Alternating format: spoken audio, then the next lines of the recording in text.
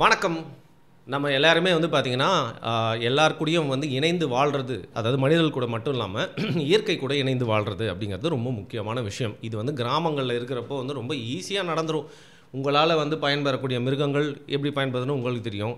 அந்த மிருகங்களும் வந்து உங்க கூட வந்து ஒரு ரிலேஷன்ஷிப் வச்சுக்கும். அது வந்து கிராம வாழ்க்கையில இருக்கிறப்போ நம்மளுக்கு ரொம்ப ஈஸியா இருந்தது. ஆனா நகர வாழ்க்கையில அனிமல்ஸ்க்கும் நம்மளுக்கும் இருக்க ரிலேஷன்ஷிப் அப்படிங்கிறத நம்மளுக்கு புரிஞ்சுக்கிறதுக்கு இன்னைக்கு நெறையா வந்து கேப் ஏற்பட்டுருச்சு அப்படின்னு நினைக்கலாம். ஏன்னா, நீங்க எந்திரிச்சு வேலைக்கு போயிட்டு திருப்பியும் வீட்டுக்குள்ள வந்து எவன் கூடயும், அதாவது வேலையில இருக்கவங்கள தாண்டி யார் கூடயுமே பேசாம வந்து தூங்குற அளவுக்கு நெறைய பேர் ஐசோலேட்டடான வாழ்க்கை தான் வாழ்ந்துட்டு இருக்கோம். நெறைய பேர் சொல்லிக்கிட்டு இருப்பீங்க, என் பக்கத்துல இருக்க வீட்ல எவன் இருக்கான்னு கூட எனக்கு தெரியாது. அந்த அளவுக்கு வந்து பார்த்தீங்கன்னா, என் ஃப்ளாட்ல வருவேன், நான் உண்டு என் வேலை உண்டு இருப்பேன்னு சொல்லிட்டு.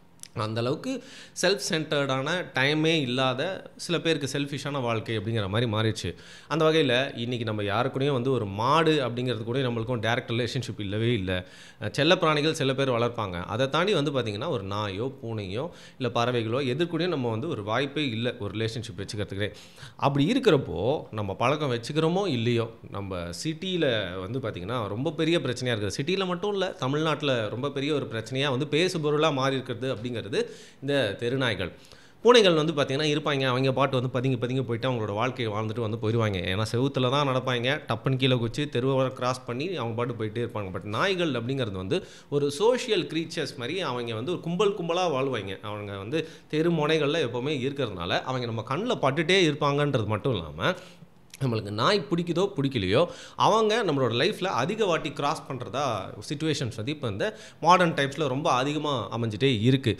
அந்த வகையில் தெருநாய்கள் அப்படின்னு வந்தோடனே அது ஒரு பிரச்சனை அப்படிங்கிற பேசுபொருள் கடந்த ஒரு மாதத்துக்கு மேலே வந்து நடந்துகிட்ருக்கு. அடிக்கடி இந்த கேசஸ் வந்து வரதான் வந்து செய்வோம்.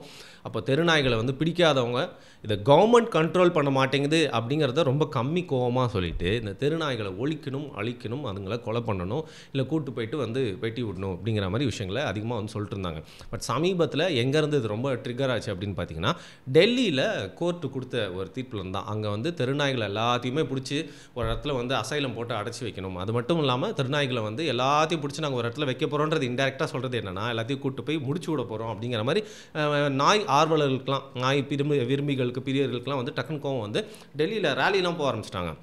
அதுக்கப்புறம் கோர்ட் வந்து திருப்பியும் அதை கொஞ்சம் தகர்த்து பிடிச்ச நாய்கள்லாம் அதே இடத்துல போய் விடுங்க, ஆனால் கொஞ்சம் கொஞ்சமாக எல்லாத்தையும் ஸ்டெரிலைஸ் பண்ணணும்னு சொல்லிட்டாங்க. ஆனாலும் ஒரு ரூல் போட்டாங்க, யாருமே வந்து தெருநாய்க்கு வந்து சாப்பாடு வச்சிங்கன்னா இந்த மாதிரி ஃபைனு தண்டனை அப்படின்னு சொல்லிட்டு. ஸோ கோர்ட்டோ இல்லை போலீஸோ தண்டனை அளிச்சதோ இல்லையோ, அங்கே போயிட்டு யாரெல்லாம் வந்து தெருநாய்களுக்கு வந்து ஃபீட் பண்ண ஆரம்பித்தாங்களோ, அங்கே தெருநாய்களை பிடிக்காத மக்கள் என்ன பண்ணாங்க, அந்த ஃபீட் பண்ணுறவங்களாம் அடிக்க ஆரம்பிச்சிட்டாங்க, ஓட விட ஆரம்பிச்சிட்டாங்க, திட்ட ஆரம்பிச்சிட்டாங்க. பல பிரச்சனைகள் இந்த மாதிரி வீடியோஸாக வந்து சர்ஃபேஸ் ஆகிட்டே இருந்தது. அப்படி இருக்கிறப்போ தமிழ்நாட்டிலையும் ஒரு சம்பவம் நடக்குது. ஒரு நாய் வந்து பார்த்திங்கன்னா ஒரு சின்ன குழந்தைய வந்து கடிச்சு வச்சிருது. அது மட்டும் இல்லாமல் இதை ஒரு செய்தி வந்தோன்னா நம்ம ஊரில் ஒரு பேட்டர்ன் இருக்கும்ல, நானே நிறைய வீடியோவில் சொல்லியிருக்கேன். அதே மாதிரி நியூஸ் வந்து மக்கள்கிட்ட கொண்டு போய் சேர்த்தா ரொம்ப பிடிக்குங்கிறதுனால இந்த நியூஸ் சேனல்ஸ் என்ன பண்ணுவாங்க, இந்த மாதிரி செய்திகளை வந்து எல்லா இடத்துலையும் எல்லா நேரமும் இந்த மாதிரி விஷயங்கள் நடந்துகிட்டே இருக்கும். பட் இந்த சமயத்தில் வந்து அதிகமாக வந்து போட்டுகிட்டே இருப்பாங்க. அப்போது தெருநாய்களுக்கு எதிரான அதிகமான செய்திகள் வந்து வர ஆரம்பிச்சது. சரி, இந்த நேரத்தில் நான் ஹானஸ்ட்டாக ஒரு விஷயம் சொல்கிறேன். நான் வந்து டாக் லவர் தான். அது மட்டும் இல்லாமல் நானும் நிறைய தெருநாய்களுக்கெலாம் வந்து ஃபீட் பண்ணுவேன். பட் கொஞ்சம் ரியாலிட்டியை விட்டு தள்ளி போயிட்டு நான் இதை பார்க்குற அளவுக்கு முட்டாளும் இல்லை. ஸோ இதில் வந்து நடுவிலேருந்து நான் பார்க்கணும், பேசணும் அப்படின்னு நினைக்கிறேன். அந்த வகையில் கொஞ்சம் பயஸ் இல்லாமல் நியூட்ரலாக வந்து எனக்கு நாய்கள் பிடிக்கும் அப்படின்னா கூட இன்றைக்கி பொதுமக்களோட பார்வையில் இது எப்படி பார்க்கப்படுது அப்படிங்கிறத பற்றி பேசலாம். அப்படி இருக்கிறப்போ நிறைய சம்பவங்கள் வந்து நியூஸில் ரிப்போர்ட் பண்ணப்பட்டாலும் இப்போ சமீபத்தில் நிறைய பேர் வந்து ஆன்லைனில் டிபேட் பண்ண ஆரம்பித்தாங்க. நம்ம ஊர்லேயும் பார்த்திங்கன்னா நாய்களை வந்து பிடிக்கணும், எல்லாத்தையும் வந்து ஸ்டெரைஸ் பண்ணணும் அப்படின்னு சொல்லிட்டு. ஸோ இதில் குறிப்பாக வந்து கவர்மெண்ட் மேலே நம்ம ஒரு பழியை போட்டே தான் ஆகணும். இந்த நாய்களை கொண்டு போயிட்டு வந்து பார்த்திங்கன்னா வந்து வெட்டி விட்டு இனப்பெருக்கம் செய்யாமல் அந்த ஒரு ப்ராசஸை பண்ணோம் இல்லையா, அந்த ப்ராசஸ்க்கு வருஷம் வருஷம் வந்து பார்த்திங்கன்னா நிதி ஒதுக்கப்பட்டுகிட்டே இருக்குது. ஆனால் அந்த நிதிலாம் எங்கே போச்சுன்னு பல பேர் வந்து கேள்வி கேட்டாலும், சொல்கிறதுக்கு பல வாட்டி கேள்விகள் கேட்கப்பட்டாலும் கவர்மெண்ட் கிட்ட வந்து ஒரு சரியான பதில் இல்லை. ஸோ இப்போ இந்த வேலையில் தான் வந்து பார்த்திங்கன்னா போன வாரம் ஒரு சம்பவம் நடக்குது. திருவான்மியூர், அதாவது நம்ம ஏரியாவுக்கு பக்கத்துலேயே வந்து பார்த்திங்கன்னா ஒரு பீச்சில் வந்து அங்கே நாய்க்கு சாப்பாடு வைக்க போகிறாங்க. எங்கள் ஏரியாவில் மட்டும் இல்லாமல் நிறைய ஏரியாவில் நான் பார்த்துருக்கேன். மனமோந்து வந்து இங்கேருந்து நிறைய சாப்பாடு வந்து இருக்கிற நாய்களுக்கெல்லாம் ஒரு ஏரியாவில் வச்சுல போயிட்டே இருப்பாங்க. ஸோ அந்த மாதிரி வந்து திருவான்மியூர் பீச்சில் நைட்டு 12 மணிக்கு வந்து ஒரு அக்காவும் அவங்க அம்மாவும் சேர்ந்து போயிட்டு நாய்களுக்கு வந்து சாப்பாடு வச்சுட்டே இருக்காங்க. அப்போது போலீஸ் வந்து போயிட்டு அந்த போலீஸ் வந்து அந்த அக்கா கிட்ட கேட்குறாங்க, என்னங்க இந்த டைமில் போய் சாப்பாடு வைக்கிறீங்க, உங்களுக்கு தானே சேஃப்டி இல்லை அப்படின்னு சொல்லிட்டு கேட்டோன்னே அந்த அக்கா வந்து ட்ரிகர் ஆகி என்ன பண்ணிட்டாங்க, வாக்குவாதத்தில் ஈடுபட ஆரம்பிச்சிட்டாங்க. ஒரு பாயிண்ட் ஆஃப் டைமில் அவங்க என்ன சொல்கிறாங்க, சொன்ன ஒரே நல்ல பாயிண்ட் என்னன்னா, கார்ப்பரேஷன் கிட்ட போய் கேளுங்க, கார்ப்பரேஷன் தான் இத்தனை தெருநாய்களை வந்து வளர விட்டுருக்காங்க, அவங்களோட கண்ட்ரோல் தானே இது இருக்கணும் அப்படின்ற கேள்வி கேட்டது மட்டும் இல்லாமல் அதற்கு மேலே கொஞ்சம் உணர்ச்சி வசப்பட்டு நீங்களாம் வந்து போலீஸா, நாங்கள் வெளில வந்தால் இப்படி தான் வந்து பிரச்சனை நடக்கும்னு சொல்லுவீங்களான்னு சொல்லிட்டு அந்த போலீஸை தனிப்பட்ட வகையில் ரொம்ப வந்து இரிட்டேட் பண்ண ஆரம்பிச்சிட்டாங்க. அப்போ வந்து சோஷியல் மீடியாவில் அடுத்த நாள் அந்த வீடியோலாம் வந்து பரவிட்டே இருக்குது. அந்த போலீஸ் ஒரு பாயிண்ட் ஆஃப் டைமில் கடுப்பாகி வந்து அந்த ஃபோனை வந்து பிடிங்கிட்டாரு. நீங்களாம் போலீஸான்னு கேட்டால் நீங்களாம் ஒரு பப்ளிக்கா அப்படிங்கிற மாதிரி, நீங்கள் என்ன ஹராஸ் பண்ணுறீங்க அந்த அக்கா கேட்கறதுக்கு, நான் எங்கம்மா உன்னை அரெஸ்ட் பண்ணேன் அப்படின்னு போலீஸ் சொல்லி ஒரு மாதிரி காமெடியாக போச்சுப்பான்னு கடைசியில் ஃபோனை பிடுங்கி அந்த சீன் வந்து முடியுது. இந்த வீடியோ அடுத்த நாள் சமூக வலைதளங்களில் ஃபுல்லாக வைரல் ஆகி எல்லா நியூஸ் சேனல்லுமே வந்து போட்டே இருக்காங்க. அப்போ நான் போய்ட்டு அதோட கமெண்ட்ஸ்லாம் வந்து பார்க்குறேன். பெரும்பான்மையான மக்கள் முழுக்க அந்த போலீஸ்க்கு தான் வந்து சப்போர்ட் பண்ணி இந்த பொண்ணை கூப்பிட்டு போய் ஜெயிலில் போடுங்க, இல்லை இந்த பொண்ணோட வீட்டில் ஒரு 10 நாயை எடுத்துகிட்டு போய் விடுங்க, இந்த மாதிரி பெண்களால் தான் நாய்கள்லாம் பெருகுது, போலீஸ்கிட்ட பேசுகிற பேச்சா இது அப்படின்னு சொல்லிட்டு முழுக்க அந்த போலீஸ்க்கு சப்போர்ட் பண்ண ஆரம்பித்தாங்க. அந்த விதத்தில் எனக்கு 2 விஷயம் புரிஞ்சுது. ஒன்று, தெருநாய்கள் மேலே பெரும்பான்மையான மக்களுக்கு ஒரு வெறுப்பு வந்தது மட்டும் இல்லாமல் இந்த அக்கா கொஞ்சம் ஓவர் ரியாக்ட் பண்ணதுனால நாயை வந்து யாரெல்லாம் வந்து விரும்புகிறாங்களோ, தெருநாய்களுக்கு யாரெல்லாம் சப்போர்ட் பண்ணுறாங்களோ அவங்க கூட இந்த இஷ்யூவில் வந்து அந்த போலீஸ்க்காக வந்து பேச ஆரம்பிச்சிட்டாங்க. இந்த அக்கா வந்து விட்டுட்டாங்க.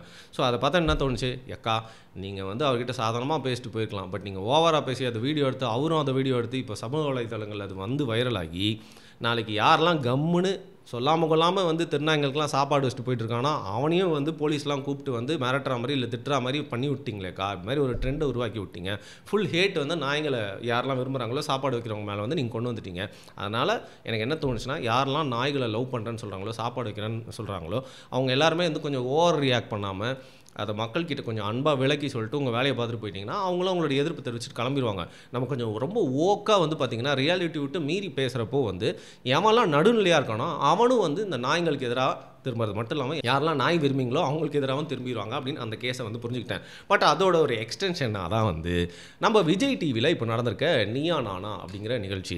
ஸோ நீயா நானாவை பற்றி பல வாட்டி நம்ம வந்து நிறைய வீடியோஸ் பண்ணியிருக்கோம். அவங்க வந்து ஒரு இஷ்யூ எடுக்கிறாங்கன்னா அதுக்கு சொல்யூஷன் கொடுக்கணும், இல்லை அதை பற்றி வந்து ஒரு ஆரோக்கியமான டயலாகை கொடுக்கணும் அப்படிங்கிறது ஸ்டார்டிங் அவங்க விருப்பமாக இருந்தாலும் இப்போலாம் வந்து பார்த்திங்கன்னா அது தடம் மாதிரி எப்படி போயிடுச்சுன்னா அதை வச்சு எப்படி அதை வைரலாக பேசு பொருளாக மாற்றி அந்த ஷோவை ப்ரொமோட் பண்ணலாம் அப்படிங்கிறது தான் ஒரு வித்தையாக கற்றுக்கிட்டாங்க, வித்தையாக பண்ணிகிட்டு இருக்காங்க அப்படிங்கிறது நம்மளோட தனிப்பட்ட கருத்து. அந்த வகையில் இந்த தெருநாய் இஷ்யூலையும் அவங்க வந்து பார்த்திங்கன்னா இதை எடுத்து ஒரு சென்சேஷனலைஸ் பண்ணி 2 தரப்பையும் கூப்பிட்டு வச்சு பேச வச்சுருக்காங்க. அதில் பொதுமக்கள் மட்டும் இல்லாமல் ஸ்டார் ஸ்பீக்கர்ஸ் மட்டும் இல்லாமல் நடுவில் கெஸ்ட்டாகவும் 2 பேரை வந்து கூப்பிட்டு பேச வைக்கிறாங்க.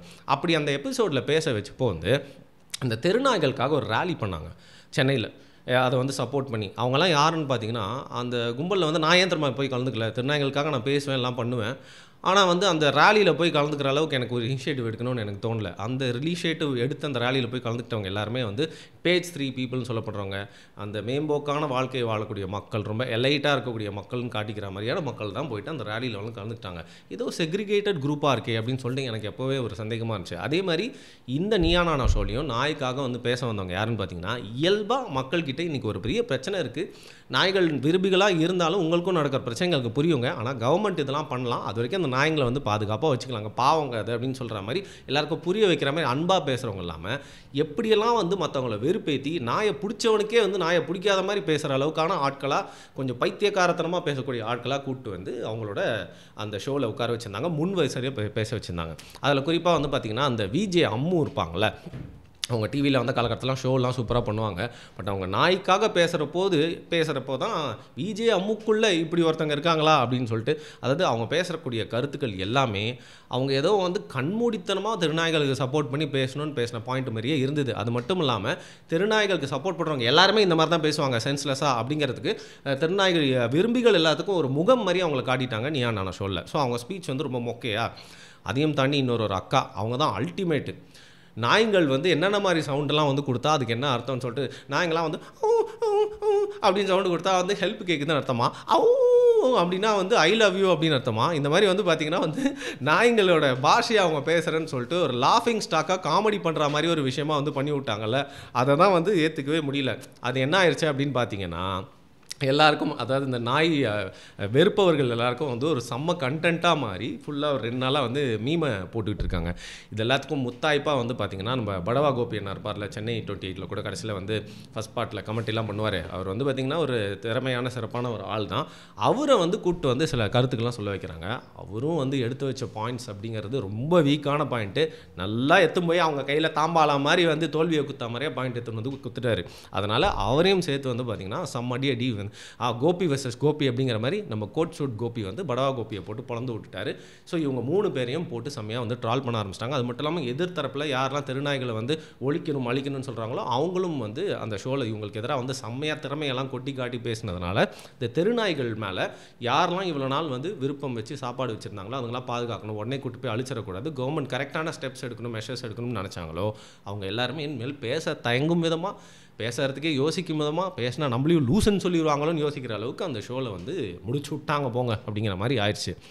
அந்த நேரத்தில் திருநாய்கள் வந்து ஒவ்வொரு குழந்தையும் கடிக்கிறப்போ அந்த மாதிரி நியூஸ் அந்த வீடியோஸ்லாம் பார்க்குறப்போ அது என் குழந்தையாக இருந்தால் எப்படி இருக்குன்னு தான் வந்து யோசிச்சு பார்ப்பேன். அந்த நேரத்தில் நான் வந்து அந்த நாய்க்கெலாம் பாசம் காட்டிகிட்டு இருக்க மாட்டேன்.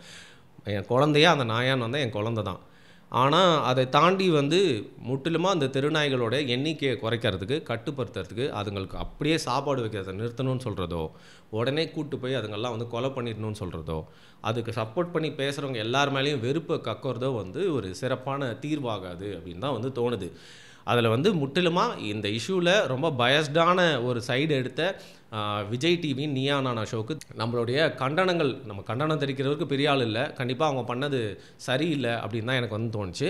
அதையும் தாண்டி தமிழ்நாடு அனிமல் வெல்ஃபேர் போர்ட்லேருந்து வந்து பார்த்திங்கன்னா அதில் பங்கு வகிக்கிற ஒருத்தர் வந்து ஒரு அறிக்கையை வந்து வெளியிட்டிருக்காரு. அதில் வந்து சமீபமாக நடத்தப்பட்ட அந்த ஷோ வந்து ரெஸ்பான்சிபிளாக இல்லாமல் முழுக்க மிருக ஜீவன்கள் மேலே ஹேட்டை காட்டக்கூடிய அந்த ஷோவாக வந்து உருவாகி வெளில வந்திருக்கு. அதை டெலிகாஸ்ட் ஆச்சு வெளில வந்தது அப்படின்னா வந்து பார்த்திங்கன்னா அதற்கு மேலே வந்து மக்கள் எல்லாமே வந்து கண்மூடித்தனமாக காட்டு தீயாக பரவி வந்து திருநாய்கள் மட்டும் இல்லாமல் மற்ற மிருக ஜீவன்கள் மேலேயும் வந்து தங்களோட ஹேட்டை வந்து செலுத்துவாங்க. இது வந்து மிருக வதைக்கு உள்ளே வரும். அதனால் அந்த டெலிகாஸ்ட்டை வந்து அவங்க பண்ணக்கூடாது, அந்த வந்து நீக்கணும் அந்த ஷோவை அப்படிங்கிற மாதிரி வந்து சொல்லியிருக்காங்க. ஸோ ஒரு ஷோ நடத்தலாம், எந்த டாப்பிக்கில் வேணால் நடத்தலாம், பட் அதை சென்சிட்டிவாக எப்படி ஹேண்டில் பண்ணுறோம் அப்படிங்கிறது ரொம்ப முக்கியமான விஷயம். அதில் வந்து நடுநிலையான கருத்துக்கள் அதிகமாக பகிரப்படாமல் வந்து பார்த்திங்கன்னா ஒரு சார்பாக பகிர்ந்து திருநாயை யாரெல்லாம் விரும்புகிறாங்களோ, யாரெல்லாம் வந்து அனிமல்ஸ்க்காக பேசுகிறாங்களோ அவங்க எல்லாருமே வந்து லூஸுன்ற மாதிரி காட்டினது ரொம்ப தவறான வருத்தத்துக்குரிய ஒரு விஷயம். இந்த நேரத்தில் நம்ம ஏன் இந்த வீடியோ பண்ணோம் அப்படின்னு கேட்டிங்கன்னா, கருத்து ஆஃப் த வீடியோ இஸ் இது வந்து சொல்லணும்னு நினைக்கிறது வந்து யாரெல்லாம் நாயை வெறுக்கிறாங்களோ, தெருநாய்கள் ஒழியணும்னு நினைக்கிறாங்களோ அவங்களுக்கு இல்லை, யாரெல்லாம் இந்த மாதிரி மிருக ஜீவன்கள் மேலே அன்பு காட்டி குறிப்பாக தெருநாய்களுக்கு வந்து சாப்பாடெலாம் வச்சு அதுங்களை வந்து பாவம் அப்படின்னு நினைக்கிறவங்களுக்கு தயவுசெய்து சொல்கிறேன், யாராவது வந்து கேட்டாங்கன்னா அவங்க கூட ரொம்ப வாதாடாதீங்க, ரொம்ப தர்க்கம் பண்ணாதீங்க. மனுஷங்களை விட நாய்கள் தான் முக்கியம், மேல் மனுஷங்கள்லாம் வந்து கேவலமானவங்க, நாய்கள் வரும் இன்னொசன்ஸ் அந்த ஒரு ஆங்கிளில் வந்து பேசுனீங்க அப்படின்னா தயவுசெய்து இது முழுக்க நீங்கள் எந்த நாய்களை மிருக ஜீவங்களை விரும்புகிறீங்களோ அதுங்களுக்கு எதிராக போய் முடியும். ஸோ அதுதான் வந்து இந்த நீயா நானா ஷோவில் இந்த இன்ஸ்டன்ஸ் மட்டும் இல்லாமல் திருவான்மியூர் கடற்கரையில் அந்த சாப்பாடு வச்சவங்க இந்த 2 இன்ஸ்டன்ஸையும் வச்சு பார்க்குறப்போ வந்து முழுக்க இது வந்து திருநாய்களுக்கு எதிராக முடியறதுக்கு நீங்களே வந்து உதவிகரமாக மாறிடுவீங்க அப்படின்னு சொல்லணும்னு தோணுச்சு. ஸோ தயவுசெய்து கொஞ்சம் பார்த்து ப்ராக்டிக்கலாக பேசுங்கப்பா. என்ன தான் நம்மளுக்கு பிடிச்ச ஒரு விஷயம்னா கூட நியாயமாக பேசினா தான் அடுத்தவன் வந்து அவனோட தப்பையோ உணர்ந்து, இல்லை மீட்டிங் இந்த மிடில்னு சொல்லுவாங்கள்ல, அவனும் அதில் இருக்க நியாயத்தை வந்து எடுத்துப்பான். நீங்கள் எடுத்தோன்னே வந்து பார்த்திங்கன்னா மார்ஸ்லேருந்து இறங்குறவங்க மாதிரி பேசுனீங்க அப்படின்னா அதில் இருக்க நியாயத்தை மறந்து போய் முழுக்க தவறு அப்படிங்கிற மாதிரி வந்து சித்தரிச்சிருவாங்க. அதுதான் இப்போ வந்து நடந்திருக்கு. இதை தான் எனக்கு சொல்லணும்னு தோணுச்சு. இதில் நான் ஏதாவது ரொம்ப லூசுத்தனமாக வந்து ப்ராக்டிக்கலிட்டி தள்ளி சம்மந்தமே இல்லாமல் எதாவது பேசியிருந்தேன் அப்படின்னா அது என்னன்னு மறக்காமல் கீழே கமெண்ட் பண்ணுங்கள். இல்லை நான் சொன்னது சரி அப்படின்னு நினச்சிங்கனாலும் நீங்கள் எதாவது பாயிண்ட்ஸ் ஆட் பண்ணணுன்னா தயவுசெய்து அதை பற்றியும் கீழே கமெண்ட் பண்ணுங்கள். வேறு வீடியோவில் சந்திப்போம்.